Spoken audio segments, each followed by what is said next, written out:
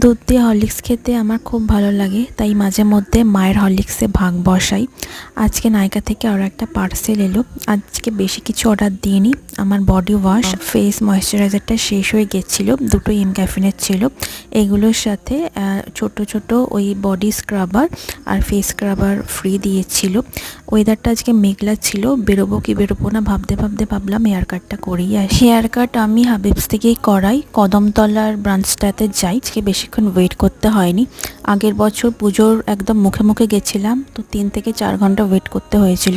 ফেরার পথে অল্প করে বাজার করে নিলাম, আর এই ছিল আমার হেয়ার কাট। লেয়ার কাট কেটেছি, আমার তো মোটামুটি ভালোই লাগলো। ফেরার পথে বাজারের সাথে সাথে মিয়ামোর থেকে চিকেন লাজানিয়া, ফিশ পার্সেল আর পেস্ট্রি কিনে এনেছিলাম।